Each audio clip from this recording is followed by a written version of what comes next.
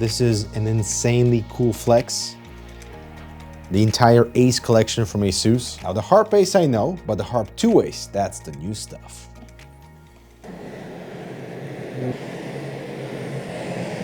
They even stuck a freaking keyboard in the bottom. You know that feeling when new gaming gear doesn't really surprise you anymore? Like pick a new mouse. It's light, it's wireless, it's fast, and your first thought is like, yeah, they're all like this now. That's where we are in 2025 right now. We've reached a point where gaming mice are no longer really evolving, they're just getting refined over generation to generation. That's not necessarily a bad thing, and let's take the new Harpe Ace 2 for example. This is the type of mouse that on paper at least sounds almost absurd, like 48 grain body, 42,000 DPI, 8,000 hertz wireless polling with a tiny dongle, and I'll be honest, probably like 90% of gamers will never feel that, and here's the thing, I don't think that matters anymore, because at this point, what's impressive isn't how much lighter it is or how much faster it is, it's how much more complete it is versus everything else that's on the market. For example, the Harpe II Ace offers Bluetooth functionality, can be used in wired mode as well. The dongle stashes away nicely inside the body. They're rolling out zone mode for their mice as well, which means the mouse can run at its optimal performance state while you're gaming, but going to this like preserve power mode when you're not using it at a desktop to preserve power, and therefore significantly improve battery life versus running this thing at 8,000 hertz polling all the time. And how invisible this thing becomes once you start to use it, that's the key. Like when I first picked it up, my brain kind of went like, okay, cool, another lightweight esports mouse. But just after a few days, it clicked, no pun intended. Like the shape feels familiar, but more refined. They took all the lessons from the first Harpe and literally just sanded off the rough edges.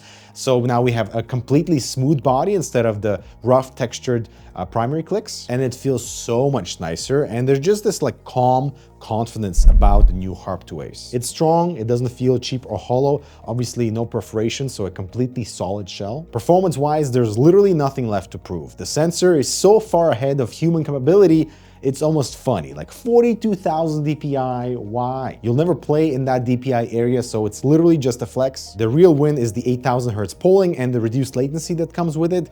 But when you're in game, none of that really matters. What matters is how this thing just disappears and becomes an extension of your arm for aim, and you're not fighting the tools, you're just gaming with the tools. Your brain forgets the hardware completely, and that to me is the sign of really good design. I feel like we've hit that weird point where now the difference between a perfect mouse and a good mouse isn't something you can measure anymore. It's something you just notice subconsciously in how natural your aim feels. It's funny that most of us will never notice the difference, but ASUS, Logitech, and even Razer are all chasing the things for the sake of having the better technology, and I respect that.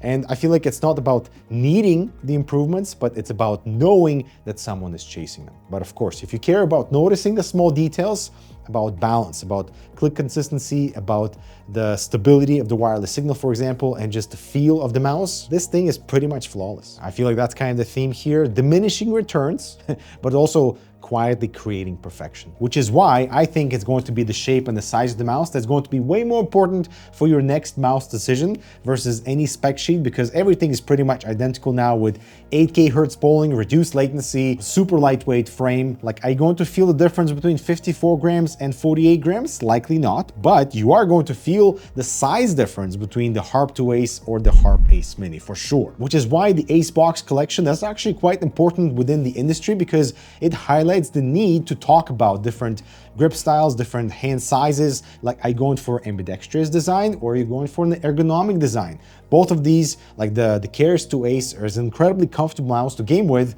but so is the Ace Mini and the Harpe II Ace. So like, which one do I pick and which one should you pick? And this is where things actually still matter, because comfort isn't really about numbers, it's about the shape, the size, and where your hand naturally lands. Let's take the Harpe II Ace for example. It's this kind of a classic medium to large symmetrical shape that favors fingertip or claw grip. So if you like to keep your hand light and agile with just your fingertips kind of guiding the mouse, this one feels kind of effortless. It is very well balanced and feels like an extension of your hand once you get used to it. Then we have the Harpe Ace Mini, a smaller, tighter version built for small to medium hands.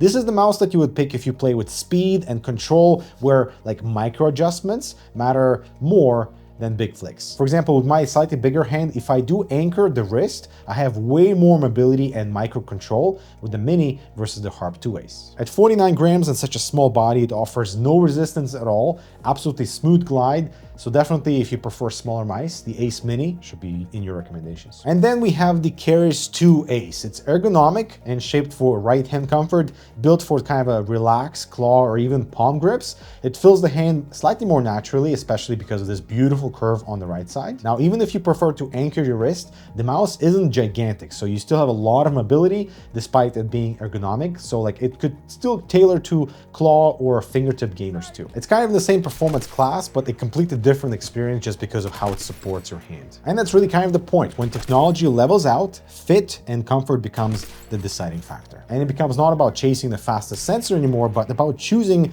the mouse that is most comfortable for you. For example, I've been gravitating towards smaller mice, and my daily driver is the Viper Mini Ultimate. Absolutely love the shape, the weight, the magnesium alloy body. That's actually perfection in my world. And when we're looking at the ASUS lineup, the Ace Mini is almost there. Like, I'm not a huge fan of the textured edges here. I find them to be actually more slippery, which is why I appreciate their upgrade in the design of the structure for the Harpe II Ace, because the sides here are way more grippy than what we got with the original Harpe Ace, and so they're clearly listening. I definitely think the safe shape has merged through the industry, because the Harpe II Ace feels quite similar, if not almost identical, to the Pro Superlight 2 from Logitech in the hand. Like, the coating feels absolutely identical between the two mice, and I prefer the white one because it doesn't reveal as many finger marks as the black one does. I think this is all coming in at the right time in the mouse space, because let's be honest, gaming mice have been kind of boring and stagnant over the last little while. But when we have this proper optimizations in spaces that matter, for example, web-based driver utility without needing to download everything, that is awesome. I love the zone mode integration with mice now for better battery life and just optimal performance as well. But at the end of the day, any new flagship esports gaming mouse from ASUS, Logitech, from Razer, from SteelSeries won't make you a better player. It will not lower your ping, it will not make you aim better, or it might. It just removes a lot of the hurdles that might come with fighting your hardware, and you just play. And I do want to mention that ASUS is running a cool giveaway that allows you to potentially win any of the Ace collection items. So definitely check out the link below. I'm Dmitry. Thanks so much for watching. I'll talk to you in the next video.